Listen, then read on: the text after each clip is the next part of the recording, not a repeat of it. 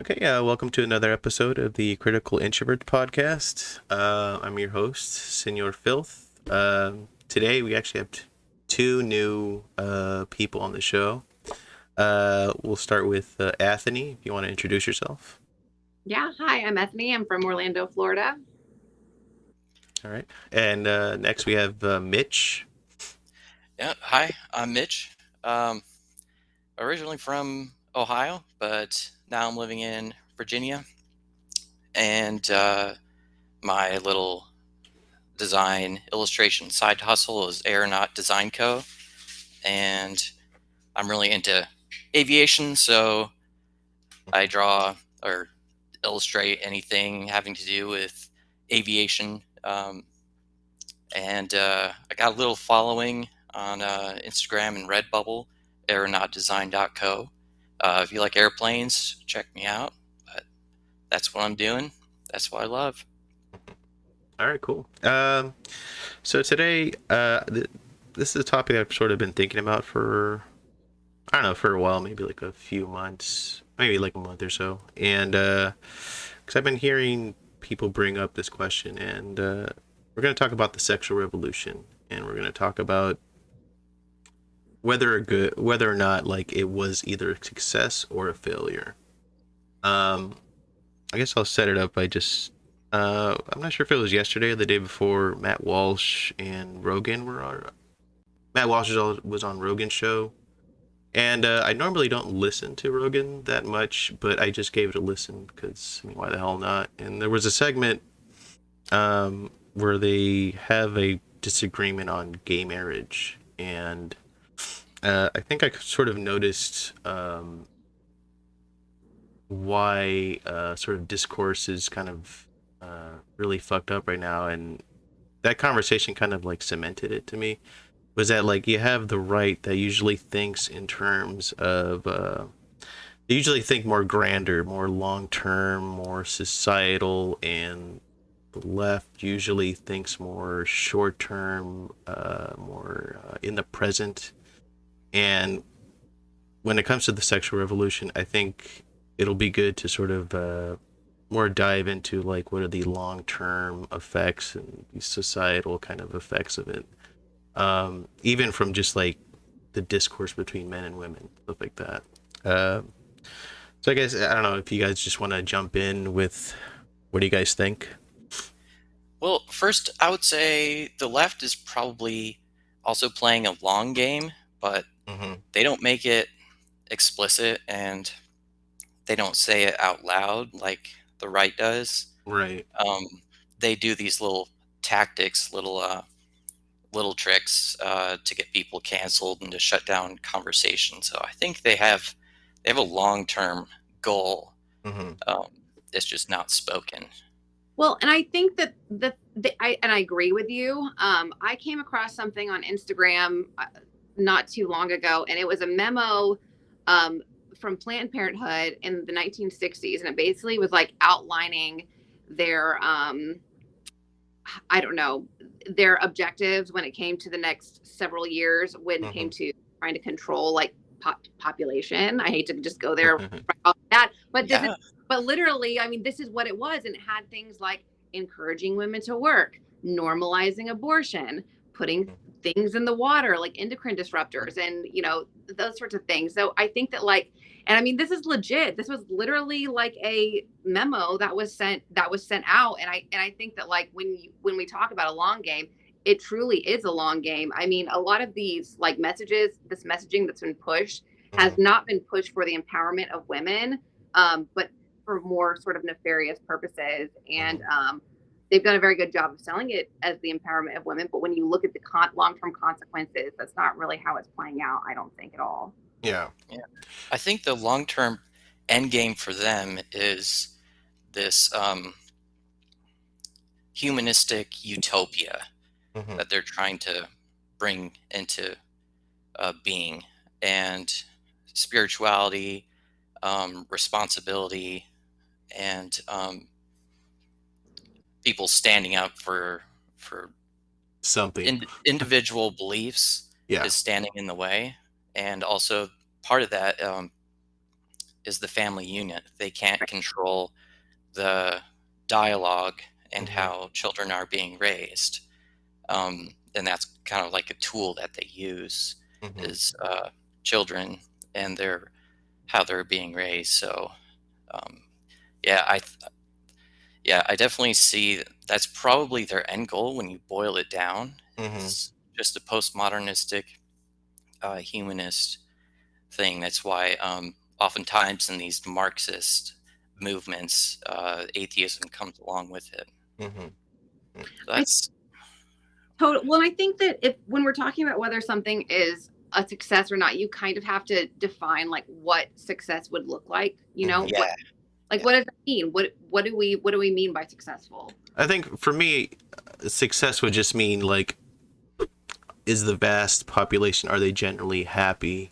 And I think usually people, it seems like happiness now is sort of just, it's sort of thought of as just like a momentary thing, like you just got off, kind of thing. Like you're happy because you felt good for that one moment. But I mean, as far as like people are just content with where they are with life, like are they happy that way?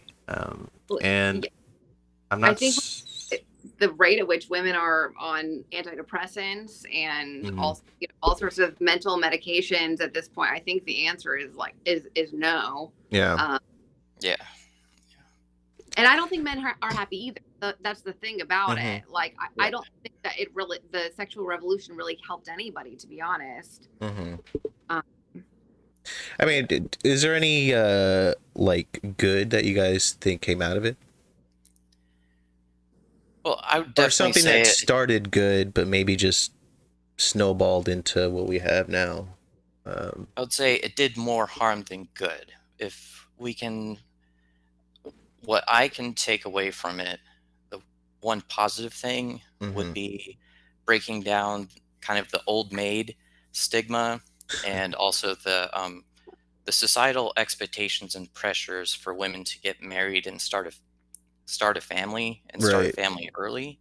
That kind of didn't take into account some outliers and just factors in life that just sometimes get in the way of even women that want to start a family, but for various different biological reasons or just whatever happens in their life, things just didn't play out that way. So go ahead. No, I was gonna say, go ahead. Just finish your point and then So yeah, so now it kind of seems like women aren't looked down for that, but it seems like things always swing to the extreme side. It's the extreme opposite now. So it used to be, gosh, I remember back in like 2010 or 2012, I think the in thing on social media was to be pregnant or to be having a baby. That was kind of the look. Yeah. But now that's totally out now. Yeah, sure. I'm thinking of like every time like a Sex in the Cities type of show is on or something like that, there's the successful, happy, single ladies that are successful, girl boss kind of shit. And there is like the mother character who's usually kind of frowned upon. And as growing up, I didn't really think that much of it, but now I'm thinking like that there is an intention behind that. And I'm not even sure if it's like so I think a lot of people that kind of push that shit out there, I think they just don't realize that they're doing it. I think they're just I don't know. I just think they're totally unaware that they're doing it. Like they are doing it, but they don't know that they're doing it. If that makes sense. I think that they are brainwashed.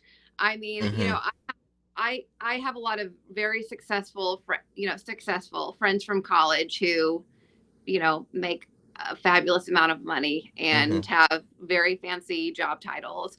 And I remember specifically I'll always remember I was talking to one of my friends, and like I said, I've, worked for my company for 13 years. I'm Yeah. happy with my job as it is. I don't want to, I think that when I leave, it'll be to stay home, essentially. And I remember saying to my friend was asking me, she's like, well, do you ever want to like get promoted to the, to your boss's job? And I was like, no, not really. And I was like, no, I felt very much, and again, I really don't care, honestly. I really don't. But in that moment, I definitely felt like there was a judgment coming from her, because I don't have these goals to be this high powered business person working, who has like all these people. I've never had that, and I don't have that at all. And I just think that but I don't think it's that she necessarily thinks of herself as that like crazy feminist, but I just think that it's just so ingrained in people, and for whatever reason I didn't absorb that, but a lot of people have. And a lot of it is propaganda through media. Totally. I mean, media, just on like movies and entertainment, the family unit is broken down and demonized so much, where you have the father a buffoon, and you have the mother juggling a whole bunch of babies that are just viewed as burdens. And that's a terrible picture for young women and young men to view family and children like that, because children are not just burdens. I mean, life is a struggle itself, but some things are really worth taking upon yourself. And children, I can't think of a greater thing for anyone's life. I mean, personally, I'm not a new dad, but I have young children. I have two small girls. One is 1 year old, and I have a 3 year old. And man, I have never been so happy in my life. It's such they are a great struggle. It doesn't come naturally to me. My wife is she nurturing comes a lot more natural to her. Kind of in general, I think that compared men and women, they have differences, and one of the great differences is that women are much more natural nurturers in general. But well, back to the children, that's a legacy you get to. Childhood is such a fleeting moment, and it's so full of joy. You get to see them discover things new every day. Just the excitement. You get to teach these little kids new things. You get to share your values with them, and you see the world in an entirely different perspective. You can empathize with your kids. You just have to interact with them. They're people taking kids into daycare or just shoving them off and not spending time is just missing out on so much good. Well, I think there's a couple things there. Yeah. The fact that women are natural nurturers, I think that it's become a really unpopular thing to say that there are biological differences between men and women, and that they're not this like flat, like software based equivalent. But I noticed, I saw some poll from the midterm elections, and it said something like it was like 70% of unmarried women wrote for Democrats.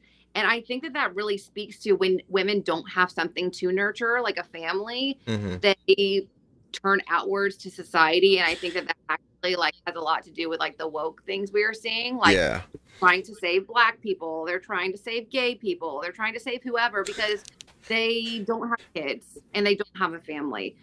Secondly, I think that you were saying something about your kids being your legacy. And I think we have a huge problem in many aspects with short-term thinking, low time preference behaviors. We don't think long-term. I mean, when it comes to the sexual revolution, you're talking about what feels good right now, and make equivalents to like so many other things, like what feels good right now when it comes to food, and we have all of this junk, disgusting food around. Like Yeah. what feels right now as far as like, I don't know, it's like big pharma. Do you know what I mean? Like not treating symptoms, or not treating roots of problems, but treating symptoms. So I Yeah. just think in general, like we really need to like evaluate like how we're thinking about time and how we're thinking about like our lives long term. Right. Are either of you guys like religious at all? I am, yeah. Yeah. Yeah, I am. Christian, or what would you guys? I'm Christian, yeah. Okay. Yeah, I am too. My viewpoint coming into this sexual revolution is definitely biblical Uh-huh. point of view as far as uh, what the Bible has to say about Right. sex and kind of the ideal intended purpose of it. Because like I guess when I was younger, because I'm like really like into like the 70s and stuff like that, like the whole aesthetic and that whole vibe. And from my understanding, like at least as it was sort of sold, I guess, like the sexual revolution was a thing of I don't know, maybe it's like like a Kama Sutra sort of a way of thinking of like showing how much you appreciate the person that you love by, pleasuring them in a way that is, that is really satisfactory, I guess you could say, like to really like show your appreciation for the person you love by really taking it to the heights of pleasure through, sexuality. Like, is that like a bad thing as far as like on a Christian view of sex, like the pleasure part of it? I Oh don't no, know. go ahead. To me, the sexual revolution, what basically came about because, like when I think about the sexual revolution, I think about this idea that like women can have sex in the same way without consequences that men do. And I don't think the whole like pleasure aspect, I mean, the Song of Solomon is like full of like imagery about sex that like I don't think that like I think that if there is a demonizing of pleasure with sex within like the correct context, I think that like that is something that should be addressed. My parents were Christian. I never felt that from them. I didn't want to hear about them talk about it, but like I like they had like a good relationship, and like and it was never like weird. I suppose those situations do exist, but and that's what a lot of I feel like the left rails against. But I don't know that that's the reality. I don't know. Yeah, and also the pleasure thing, like that's a great incentive. I view it as a incentive. That's an interesting word to use, but I it's kind of like a gift that God gave us, like this act, and it's during the most, you're at your most vulnerable and intimate, Right. you know, you're both together in this, very vulnerable place, and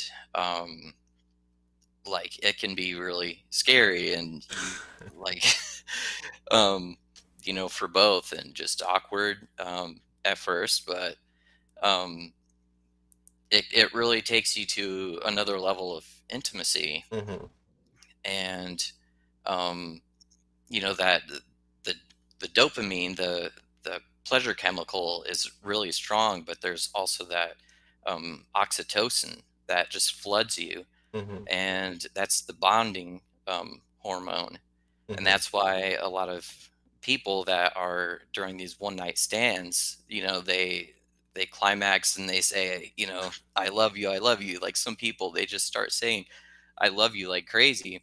Yeah.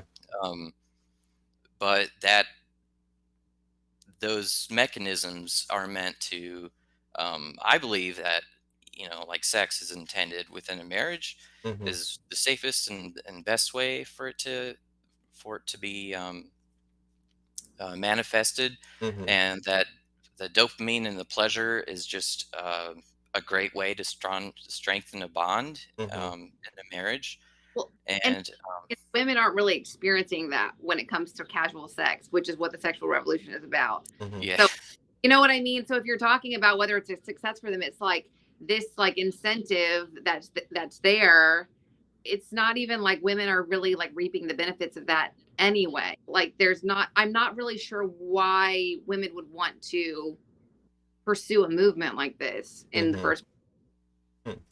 yeah, because it seems like uh, it just rewards irresponsible men. I Like Yeah. well you talk to some dude um, at like like a women's rally, um, also the a march for women, and it's all about pro-abortion Yeah. and the sexual revolution. And you're like, why are you here? It's like, oh man, I just like sex and stuff. And you boil it down, you really get to know these people, and they really have a low view of women. Hmm. They really do. They're happy that they can have sex too with no consequences. I find That's male what they feminists really want. very suspect Yeah. always. I find them I'm like there's something weird going on here. The Yeah. women give them a little bit more I don't know. I'm a little bit more I give them a little more leeway because I think that women can be deceived a bit easier, to be honest. Yeah. But then I'm like, you know what's going on here. Yeah. I see you. I see Mhm. what Yeah. I remember in school, I had to take like some like literature expressionist class. It doesn't matter, but there was like this one guy. It was a class mostly full of women, and but there was the guy who really needed to like shout to the heavens that he was like a feminist or something like that, and it just came off super desperate and annoying. Yeah. Yeah, and it like kind of he had like a Valley Girl quality to how he talked. It was really weird, but I think that's just a lot of people on the left. They have like this snobbiness that's kind of hard to ignore when they speak. I don't know.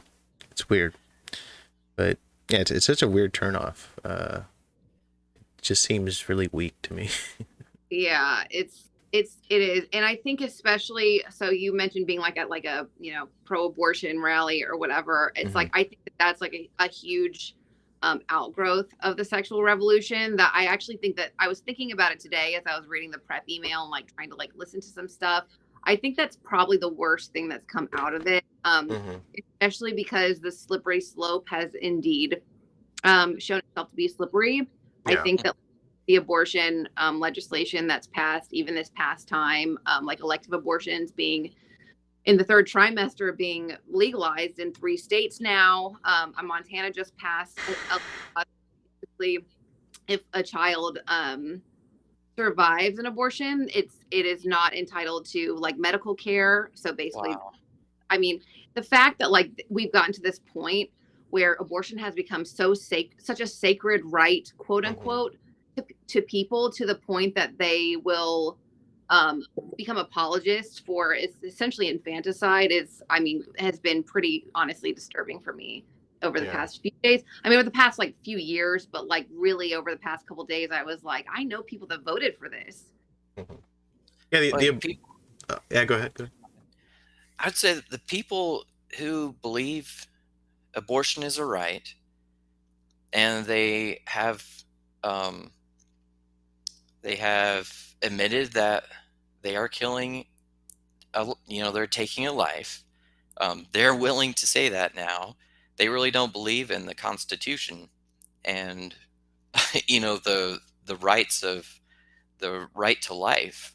I mean, this is a life. So um, no, we don't have the right to kill people. It's like there's limits to rights. Um, It's a worship of the self, and I think that yeah, like all comes down to is like it's like wanting to serve the self as opposed to doing what is actually moral. Hmm. yeah. It's pure narcissism, and to the to the utter manifest. I mean, pleasure to at the expense of a human being, is there's nothing more unconscionable, and it's hard when I think about it, that Planned Parenthood, I don't know the latest stats on their revenue, but they get something like 50% of the revenue comes from the US government. And I'm a taxpayer. Mhm. And sometimes I have a hard time, um, reconciling that Well, absolutely. morally, but I don't want to go to jail. Right, Sure. right. Well, I mean, in It's keeping hard. with that, so the number of abortions performed per year is actually down, just because of birth control and all of that stuff. But interestingly, is a good segue into like another related subject. What's making up the difference for them in profit, because Planned Parenthood is a business, are gender affirming treatments, things like, hormones, puberty Mhm. blockers, that sort of thing. Yeah. And I think that how I feel that relates to the sexual revolution is, I think that kids are becoming sexualized younger and younger. They're getting Yeah. exposed to porn younger and younger. Things are expected of them, and I think that a lot of this trans stuff, particularly young girls, like, teenage girls who are feeling like they are stuck in a man's body.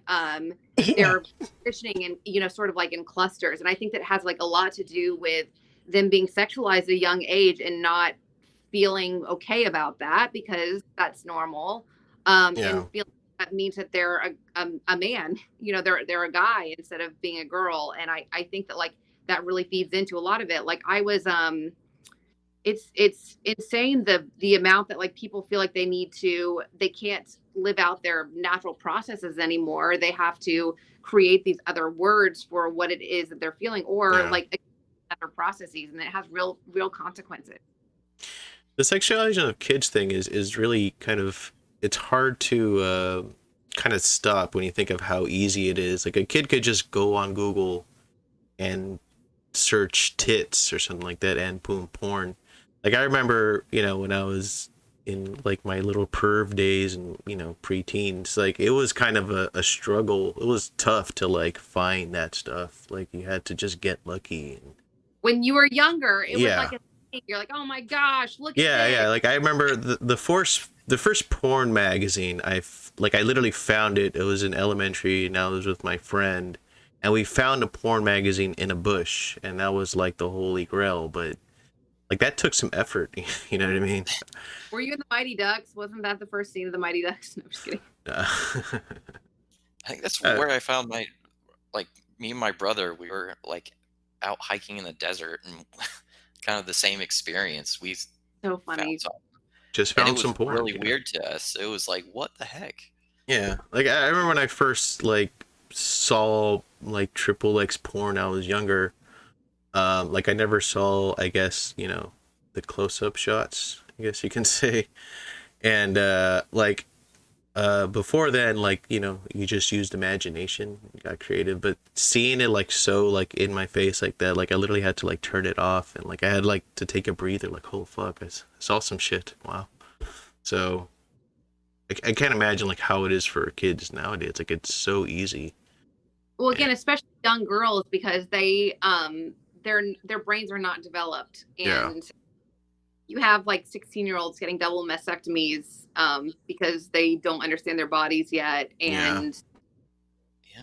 that's a Like, Yeah, but children, people, they don't find their true identities, their personhood, I would say, until, like, I don't know, it's different for everyone, and it mhm. differs in the sexes, but definitely I didn't know who I was until probably I was like in my 20s. I Yeah. didn't know there were a lot of different things I didn't know about myself.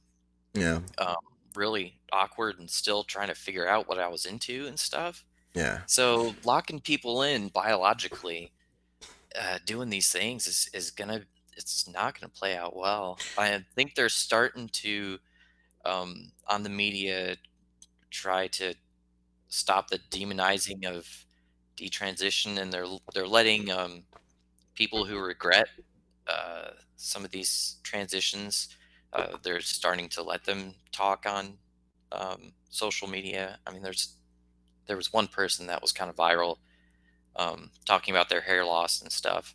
Yeah. But Was it that's the kind of hopeful signs. yeah. Hopefully, something will change. But there's a big profit incentive in this. Yeah, that was the one thing what's that the Matt Walsh documentary? What is a woman? Yeah, that was one thing that really stood out to me as like the most fucked up thing about it was like there's a definitely like a business aspect to it that a lot of the people even involved in the movie, like some of the people that he was interviewing, like didn't realize that they eventually are doing it a large part because of the profit. Big And farm. so And I think that also ties into, you know, you've got hormonal birth control that is sort of kicks off the entire movement. I was talking. I mean, me and my husband are trying to get pregnant. I didn't know that a woman can only get pregnant like 3 to 5 days a month. I had no idea. I've never been told that. I was never educated about that. Instead, they, your teachers or whoever you're talking to just tries to shuffle you onto this like hormonal birth control. yeah.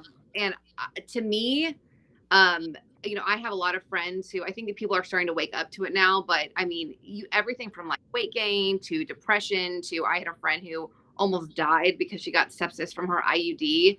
Right. And it seems almost like big pharma to me. Like there are those incentives to get 50% of the population on this like reliable source of income for big pharma seems like a thing that Yeah.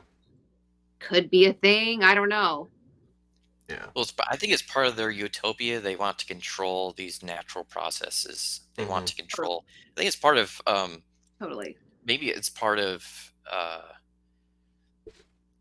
Population control.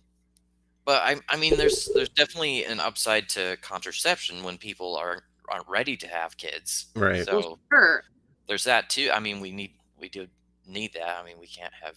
I do think that we need that. At the same time, I think that like it's the processes that our natural like bodies and cycles have are actually like really effective. And the fact that nobody's talking about that has been very like extremely strange to me. Yeah, I think that was the usual answer as far as the kind of the watching your cycles is kind of like the I don't It's like I don't Catholic. know. That's how they Kind of teach. like the Catholic method. Yeah, I was gonna come up with some kind of word for that, but yeah, I think there was. What do you guys mean the Catholic method? Oh, just watching your cycles, not using any type of device. Okay. For contraception, Right. And kind of just leaving it into God's hands. Yes. I Like if it's gonna happen.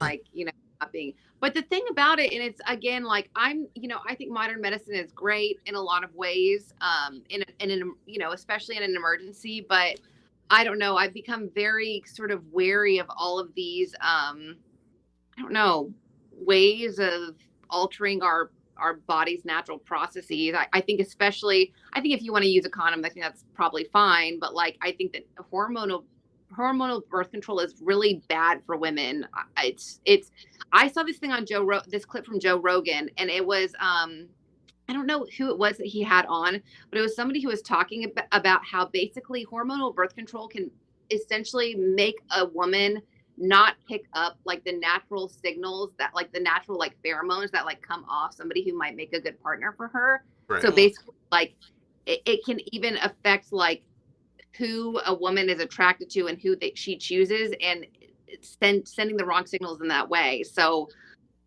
I don't know specifics of that, but I remember seeing that clip and being like, oh my gosh, that's insane. Wow.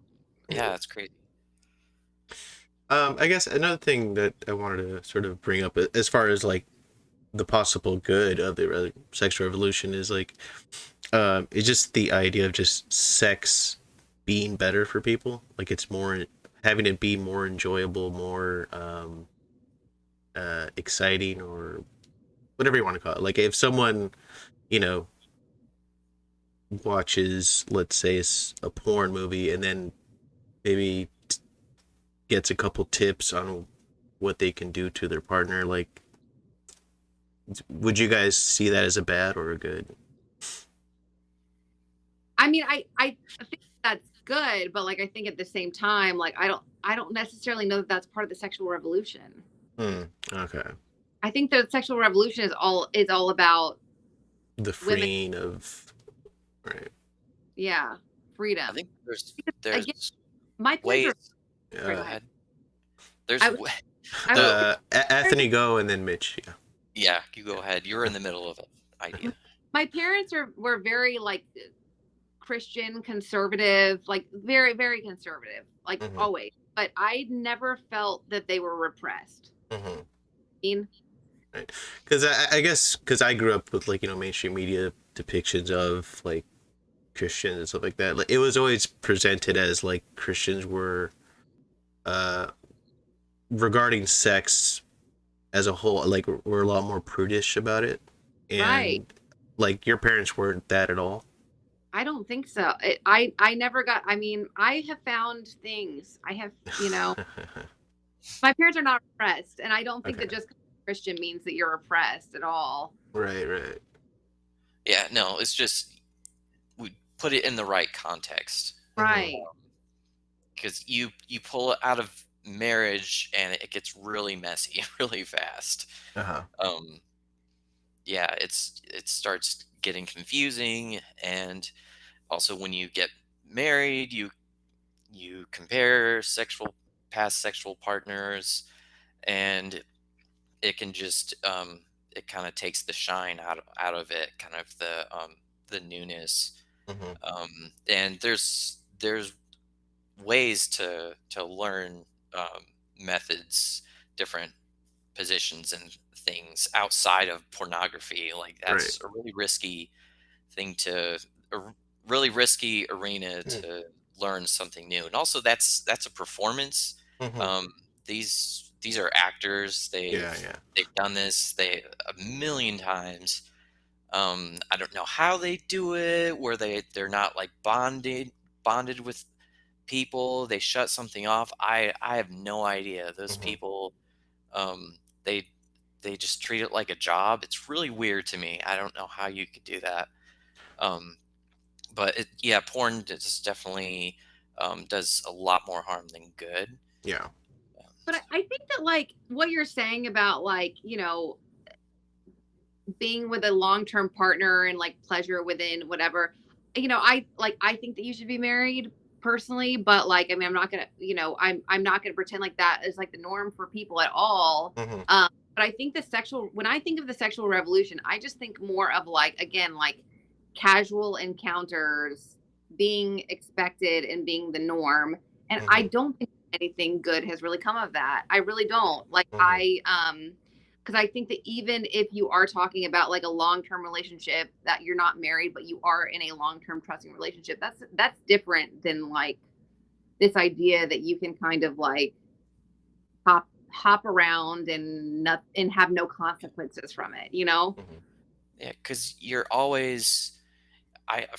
It's like you're never giving your 100% to this person.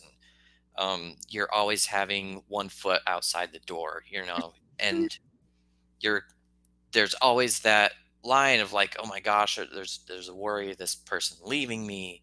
Um, I wanna I wanna always be the best self. There's always questions about Mm-hmm. where is this going and things. But if you're married and you know this person and you fight for your marriage, there's not that worry about, is this person going to leave me? Like you spoke a vow and you promised, and um, if you don't even consider divorce and you consider it like an oath, Yeah. um, then you can reach levels of intimacy that you can't otherwise outside of a different type of relationship. Now Right. there are extreme situations where divorce might be necessary, like abuse, um, but uh, Tim Keller, I think we watched this thing about marriage, and he said if you take divorce out of your vocabulary. You can marriage is a very safe place to be yourself and to really be vulnerable, um, and to explore your your bodies and things. He was kind of explicit on the whole sexuality thing. Like he said, go wild and just enjoy yourselves because this is how God built each other. You're designed to be together, designed to create a family, and designed to enjoy Right. that safe area, where you can grow, you can learn from each other. It's really good, how men and women are different and how we learn from each other. Hmm. I really, it's hard to get to your best self if you don't have someone very different from you showing you your flaws. Hmm. It, it works both ways. Like, we each have different ways of thinking and different perspectives. Hmm. Um, and seeing things from a different angle and being able to be that vulnerable is a great way to grow. I've definitely Right. grown a And lot. what's interesting is that you're like, oh, it's a safe space. It reminds me of this video that I saw on Instagram, and this girl, she basically has, like, I guess, a successful OnlyFans, and got recognized, like, in a grocery store, and she was in her car and was like crying and, basically beside herself with shame about it. And I think Yeah. that speaks to this, like, idea. That's why I don't think that it's good for women, because at the end of the day, like, while I think that women are wired to feel a certain time, like, we can't really explain why sex is special. Hmm. Like, can't really, like, explain why it's different than shaking hands, but it is. Do you know what I mean? There's Yeah, I sort of got like you. I got you. a mystical kind of quality to it. And I think that, like, the sexual revolution tried to tell women specifically that there's not, Hmm. and that's a deal, and that you can just do what you want to do. But I think at the end of the day, I think that um, I think that it does take a toll on you mentally. Right. And I, um, Senior Filth, what, what's your name again? I'm sorry. Senor Filth. Yeah. Yeah, Senior Yeah. Filth. You don't go by This your. is my alias. Yeah. Okay. Well, anyways, what you were saying about Christians being prudish, I think that, um, kind of not talking about it, it's kind of makes it sound like it's taboo and stuff, and it's kind of, has left the conversation around sex, left it up to the secular Hmm. worldview to Yeah. take control of it. Yeah. Um, I think Christians need to be more daring about the topic, be more open about it, and be willing to answer some of these explicit questions. Like, if people want to know something about, like, hey, positions and stuff, it's kind of weird to go there, but and kind of can be uncomfortable. But Christians need to reclaim that Is space. is there any kind of outlet that you can think of that is Christian based that does teach that kind of stuff? There has to be. I know there's books. I know there is. I just can't remember. Um, but you definitely, like, for our church, it was like, there were specific classes for Mhm. that. Okay. Um, there were, like, they called, like, theology labs, Right. where there were different topics, different deep topics where you deep dive, because that's not really conversation for Yeah. Yeah. for a Yeah. Sunday service when there's kids around. Like, Right. it's not Right. really something for kids, because they're not ready for it. They haven't, you know, fully developed their mind. They can't really quite Yeah. quantify this whole sexual thing. Um, uh, but yeah, there's resources out there. I know. Hmm. Um, we just haven't had the need to go Yeah. there. But I do know there are. I wish I had an answer for you. Yeah. Yeah. Because I mean, like one thing I like about the '70s is that there was like a kind of culture of like teaching the ways of pleasure without it being like super pornographic. Like Yeah. there's like you can if you're lucky you can find like like albums that are specifically made for like couples to just play while they're doing their thing, and it's just like this sort of a nice like celebration of sex itself, but it wasn't like it wasn't like graphic porn kind of shit. It was tasteful, I guess you can say, but still adult. You know what I mean? And like you're talking about couples, and again, that's different than like what I see. Yeah, that's like the yeah, okay. I know what you mean. I think again, committed couples, whether or not you're married, it is different than I don't know, hookup culture, which I think that proved over the past several years to I don't it's not good. Is anybody arguing that it's good? I can't tell. I don't know.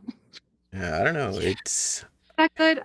I don't know. I feel like after like Me Too and after like all of yeah, that happened. that's the thing that seems so confusing to me. Like you would think like after Me Too and stuff like that, like um it would sort of tame the left when it comes to sexuality, but instead like they just gone full blown like Pride is I remember it as at least when it was sold or whatever, like Pride Month meant just like celebrating the love aspect between people.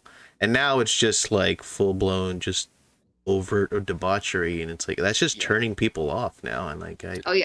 Yeah. Debauchery and pleasure. I mean, pleasure. It's pleasure as a virtue, really. yeah. It's what this is. Or they say like liberating sex. That's really just uh, using sex as a tool Mm-hmm. to really just either profit that this whole sex work thing Mm-hmm. Mhm. um, is terrible and or um, kind of using sex to bait um, potential partners or using sex to sell through like OnlyFans and stuff. Yeah.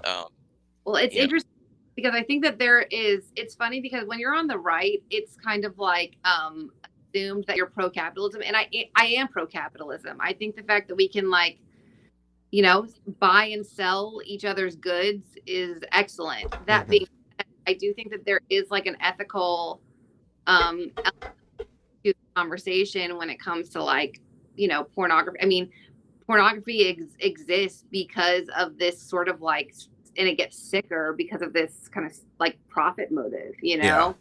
um and so I think that there's an interesting conversation there to be had with like what does ethical capitalism mean, and Mm-hmm. how do you control it and where do you draw the lines? Yeah. it's a distortion of what sex is. Mm-hmm. It's distorting sex into pure pleasure, um, and that's just pure evil. Mm-hmm. So, um, Do you think it should be regulated, or what do you think? for me, like you can't put uh, like restrictions on stuff like that. Like I'm a libertarian. I don't believe on imposing restrictions on people like that. Now there's limitations to liberty. There's the other side is the responsibility. Mm-hmm. Um, but I don't think laws would stop these people. Yeah, I mean, it would have to be, excuse me, it'd have to be um, kind of just people teaching um, totally. people, reintroducing um, the converse, the other side of the coin, Mm-hmm. the spiritual side, the value side, Right. um, the responsibility. Men have to take responsibility for their actions. Like there's something to be said about, um, you know, abortion. You know, laws shouldn't be the only other side. Restricting abortions. What about um, supporting women? What about helping women that are afraid and pregnant? Mm-hmm. Get pregnancy centers out there. They should be flourishing, those are the ones that should be funded by the government. Yeah. Actual Right. places Like, where you can get actual services, like right. um, As opposed to being people demonized. serve there. What's that? I Like, said it's opposed to being demonized by Elizabeth Warren. yeah, like there should be compassion for these women, so so abortion shouldn't be even on their mind as an option. You know, Yeah. I think I wish that abortion, um, it'd be nice if it was totally, outlawed in a perfect world.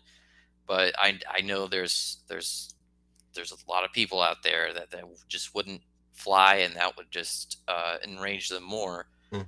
But there's something to be said about other people, stop getting angry about the whole thing and go out and support these women that are starting to get brainwashed or move towards the whole abortion thing. But I'm uh, gonna push back a little bit. I can't yeah. remember the number, but there is like, some exponential larger number of what do you call it? Crisis pregnancy centers than there are Planned Parenthoods. So I think that Christians are doing that, and I think that that is like a thing that is being done.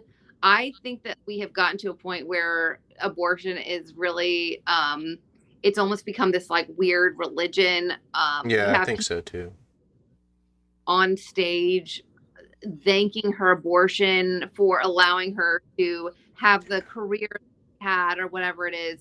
And I think that really when it comes down to it, we have to start with like your kids and who and like this generation and tell them from the beginning like abortion is incorrect, because I just think that like from my experience, my friends who are okay with it, I see brainwashed people who aren't thinking rationally. They've just been told their entire lives that like it's okay and it's a right, and so they're just repeating that.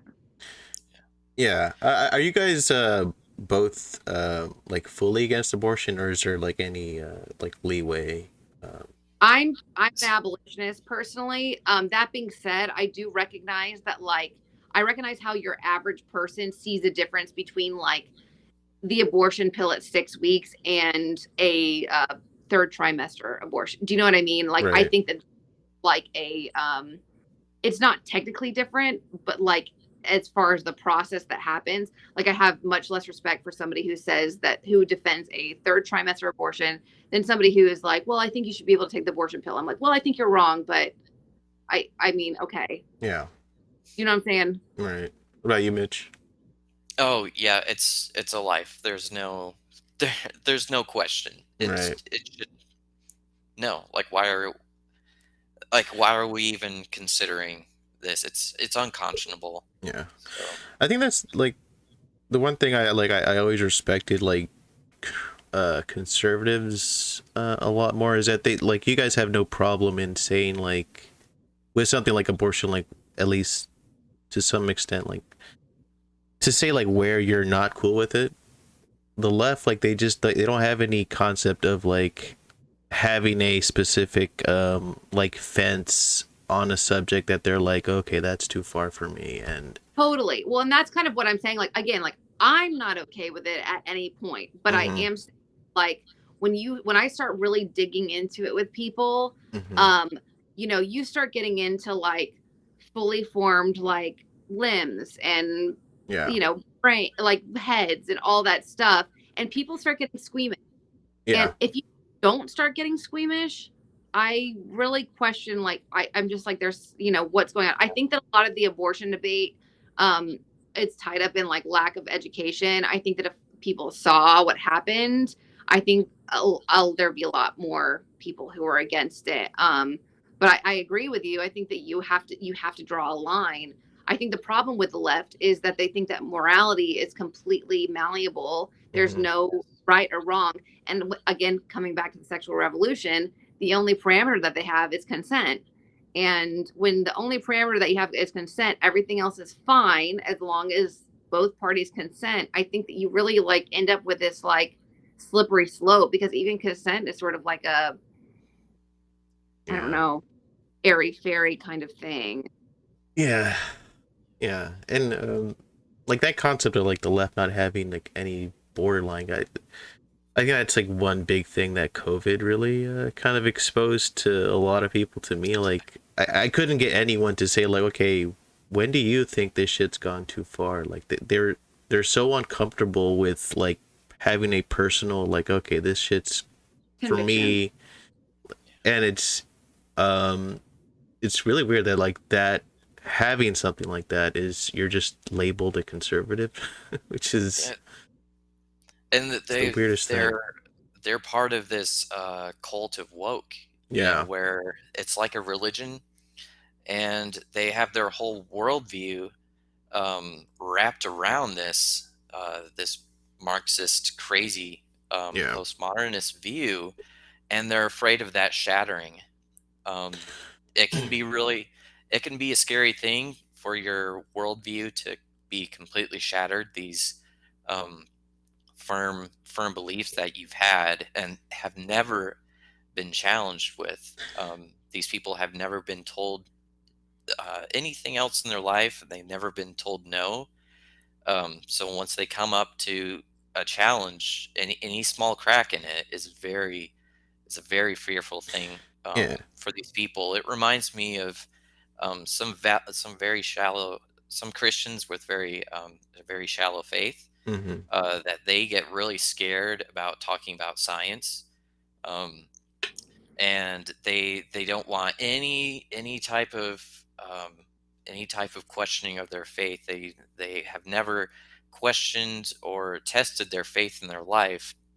Um, so that's why they shout down any type of any contradiction Right. or any type of challenge to their faith, because they've never been challenged. They've never questioned. Yeah. Um, and that's when you question, when you test your beliefs and you discover more, that's when you get stronger um, uh, in your faith, when Hmm. you find these things to work out. Right. um, but yeah, when you have a faith that can't stand, like the religion of woke, um, you just can't do anything but shout and scream and just Yeah. destroy. So I think that's kind of where these type of woke social justice warriors, where their mind is at. Hmm. Um, it's a lot of fear. Yeah. Like that was a big like red pill for me because I mean like you could tell like I'm fine with talking about this stuff and there's nothing I don't know emotion. I'm not like so emotionally invested in like my positions that like if you know uh let's say you disagree with something, you convince me that I'm wrong. I don't take it personally. Like I don't view things like that. And just trying to like get people to like at least maybe consider maybe voting for Trump. Like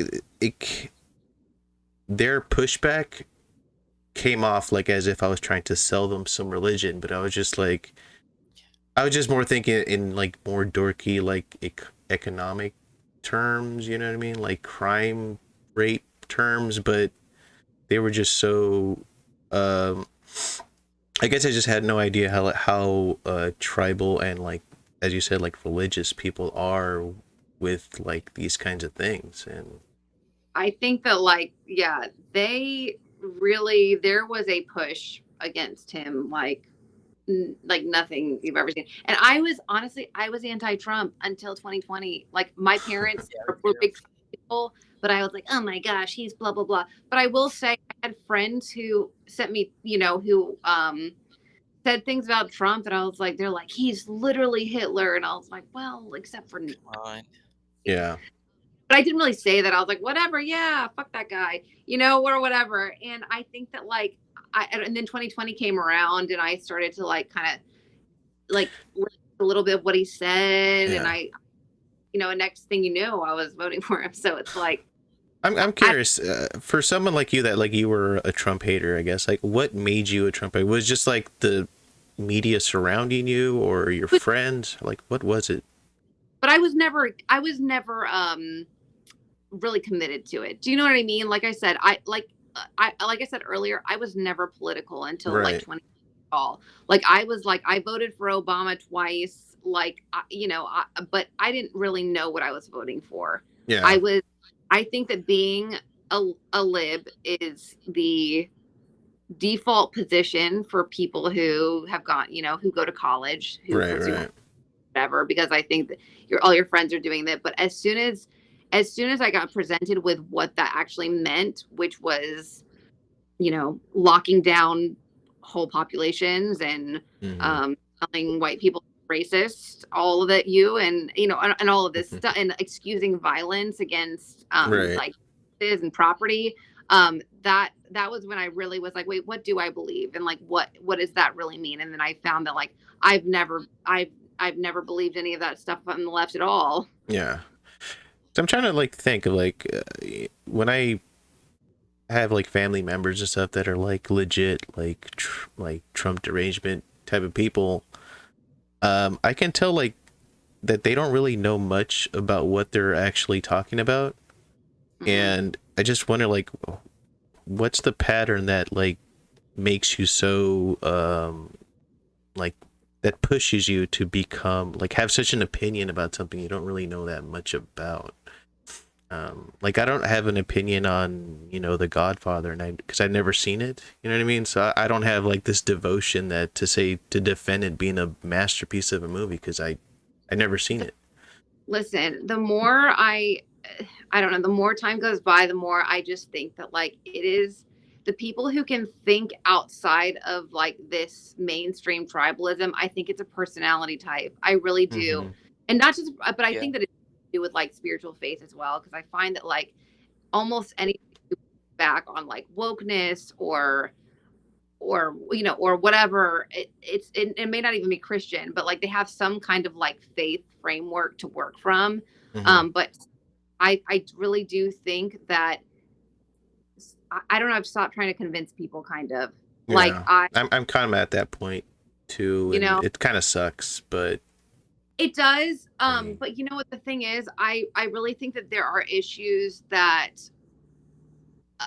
we all need to be worried about, things like central banking, yeah, big pharma, we can all agree on, crime, yeah, agriculture taken over. So yeah, I try to really focus more on those issues so that I don't continually like lose followers because it happens a lot to me sometimes. But so I'm trying to keep it to that because I'm just like, at the end of the day, it's like I think that like this whole, again, tying it back to the sexual revolution, I think it's all part of these like psyops that are like pushed down on the American people. And you have half the people that fell for it and half the people that didn't fall for it. But at the end of the day, they just want us fighting with each other so that they can like steal all of the stuff yeah, and get all the influence and implement the surveillance state. And we'll all be fighting with each other. And by the time we realize that we should have been paying attention, it's going to be too late. yeah. If that makes Yeah, But we'll see what happens when AI is getting better and better, and with robots, we'll see what happens. Maybe the next sexual revolution will be, sex robots I that think they can want. replicate emotions like that. I think that's what they want. Yeah, yeah. Well, I mean, there's already like if you go to like a sex shop, they have like weird like half torsos for that guys can like can do stuff with. yes, So I mean, do that's not stuff with. far Yeah, off from like having like some cybernetic yeah. Instagram skank. You know what I mean? So I mean, just yesterday, I watched a segment. No, I don't remember who it was. It was this lady that oh yeah, she was kind of on the left. hmm She was a liberal, but she was against the sexual revolution. And hmm one thing that she did say was um, that sex robots are coming, and that it's going to be bad for us. There Well, are, Is it?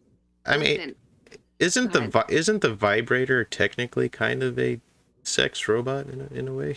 Yeah, Like, and I don't think those devices are not good either, because if you can just mechanize that stimulation, I mean, Yeah. it's going to be different from your, the From the real person you deal. should be having sex with. Like, Yeah. come on, you can't outsource that. Come on. Yeah. Um, I'm no comment. But but I do think that like there are people on I have this friend that I worked with. She considers herself like a left anarchist, like whatever. She says a lot of things I don't agree with, but she says a lot of things that I do. And I think like there is definitely room for overlap between like a Yeah. lot of concerns when it comes to like a lot of the stuff that's going on with like the globalists and technocracy and all that stuff. And I really think that that's the stuff that we need to be not it's so hard because you have to, I mean, I can't just ignore like these abortion laws and stuff, but at the same Yeah. time it's like I don't want to like lose eyes in the process, because at the Right. end I think that when they see that what's going on, they'll get it, all of it. I don't know.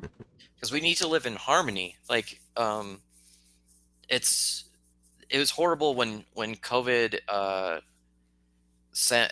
basically sent everyone either out of the workplace or to work from home. The workplace was a great place for people to see that uh, you can be a normal human being and from different side of the aisle. Yeah.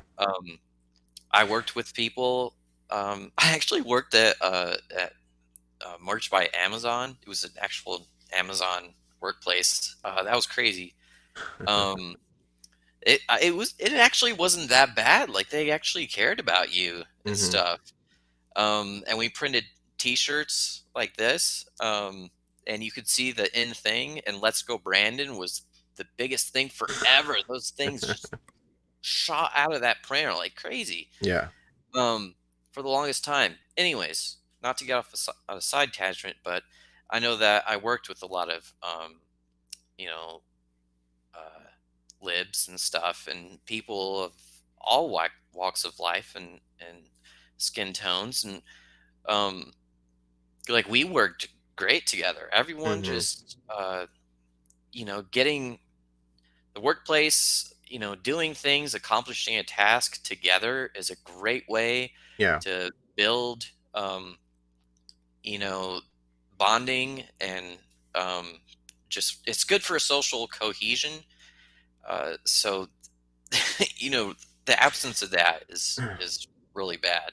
Yeah, Because we've definitely like sort of like lost a sense of I don't know, like community maybe. yeah, yeah, Like now when you know if I go out, it seems like people, like if I go out to dinner with my girlfriend, I'll look out, like, when she's in bed, she goes to the bathroom, so I'll look at everyone else, and like you see tables full of people, but they're all like on their phone, like yeah, ignoring each other. It's just, it's very like dystopian to me seeing that happen.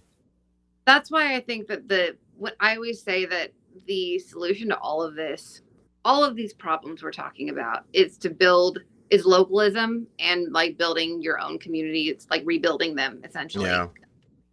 I think that technology and the modern world and all this stuff. And again, like I love capitalism. I think that it's provided like such a great quality of life for so many people, but we've got to get back to that spiritual aspect, which involves community. And I think that like, but that'll take work. It does Yeah. take work. yeah. As long as they're not echo chambers, I guess. I think Technology creates these echo chambers.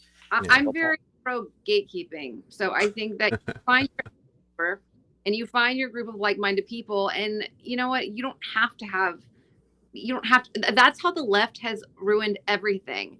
You'll have something that's good, and then they come in and they ruin it. I look at the Amish, and I think the Amish have done it exactly right. They have their beliefs, they have their way of life, they have their community, and if you're not with them, they're like, you're not allowed to be here. Yeah. They are flourishing. They're doing pretty well. I think that like toxic tolerance is what has gotten us in this situation. And I don't care if you want to be like some like libtard I don't know, polygamous commune, whatever, go do that. But you can't Force it. come to my Yeah. community. Yeah. Yeah. That's you guys familiar with Gamergate? Oh Uh-uh. yeah. It's kind of a hard thing to explain, but it sort of feels like that. It was like you have the gamer community, and it was like this, the woke left was started trying to like infiltrate it in Okay. what year would you say this was, like 2015 or something like that? Something like that. That was when I had just gotten married, and Uh-huh. we were both conservative but very apolitical. So I was Hmm. out of that whole political space. But I was following gaming. I followed that whole thing, but I Hmm. had no idea that it had any political Yeah. implications or connection. Oh, Gamergate. Yeah, I've heard Tim Pool talk Yeah. about it. Yeah, and yeah, just you describing like this thing of like the left just can't leave things alone. Have to. They can't. That And was sort of that's, like the beginning of when I started to notice that kind of yeah. shit. And So, that's why, I think that we have to be pro gatekeeping. Like, I'm sorry, like at this point, and I know that tolerance is this like religious mhm. like sacrament or whatever. But and when I would consider myself quote unquote liberal, I thought that as well. But I've seen what radical tolerance does, and I think at this point we need to start setting boundaries. Right. Mm. Yeah.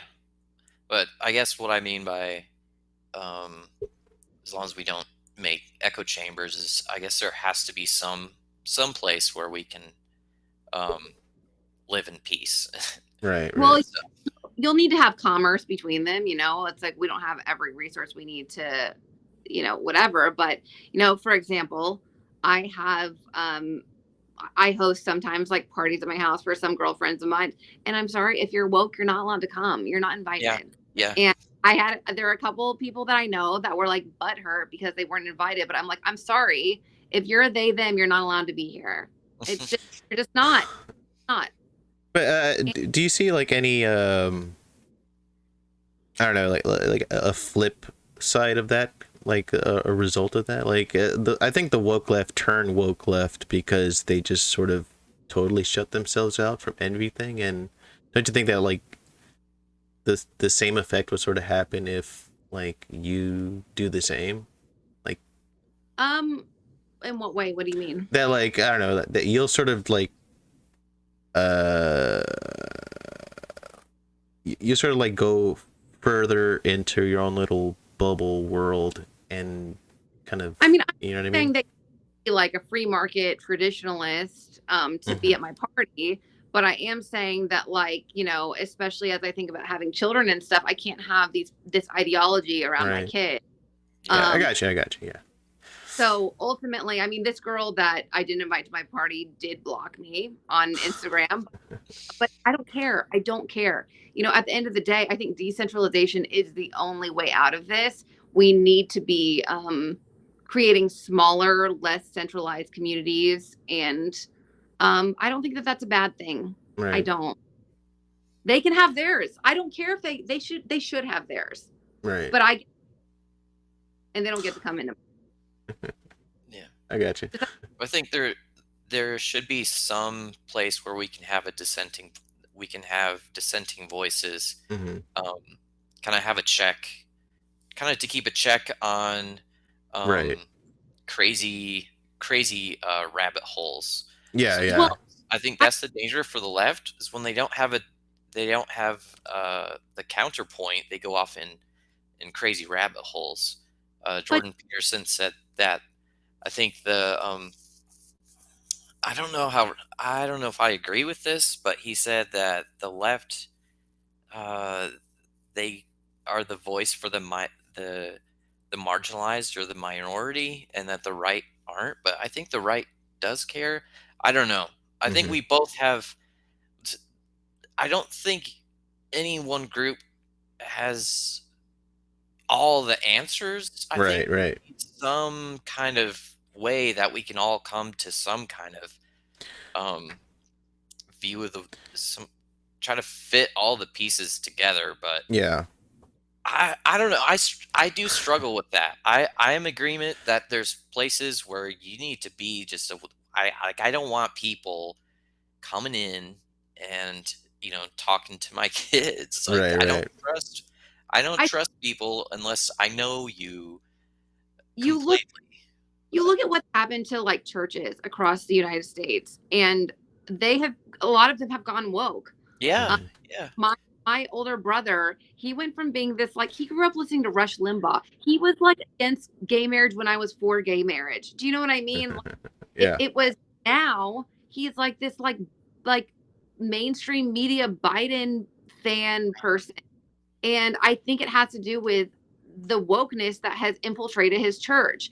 And I am not saying that like you've got to see eye to eye with me on everything, but I am saying if you are an activist, you can't come to my church. You yeah, can't yeah. my party. Like if your goal, if I can tell and I perceive people very well, if I perceive that your goal is to change things Hmm. in this manner, you're not allowed around because it's a Yeah. virus. Right. Yeah, exactly. If they have, I would say there's definitely exceptions when you got lunatics that they're not going to change their mind. You can pray for them, but That's say no Yeah. thanks. There's no sometimes there's no hope for these nutcases. Um, and they will outside of your power, like they, nothing. There's some people where it doesn't matter what you say, no. they're not going to change their mind. Hmm. I do agree that there's like limits to like letting people in. So Hmm. I got you. All right. We should probably start winding down. okay. I guess I don't know if you guys have any final thoughts. Anything like that. Um, oh, something about um, part of this sexual revolution is also the twisting of the purpose of marriage, Hmm. where I don't know, I don't remember what um, movie it was, but this encapsulated it. This one moment, it was a modern movie about it was some romantic movie, and the culmination was the heroine of the tale was getting married, and I think it was played by J Lo, um, and one line just stuck out. She said um, that we're married, but now he has to work for his he has to deserve he has to work to stay around or something. Yeah. Like I'm here, he's my plaything. This is marriage is now just this fun thing that we do. Right. Um, it's not taken seriously and it's all for the benefit of one side. I think that that kind of says something about how the left views marriage and how their view of how marriage used to be. They thought that the woman was the oppressor, that she was in this situation where she couldn't get out. That marriage was just this massive patriarchy Yeah. con, construct of the patriarchy to keep women down, and that's so destructive. Yeah.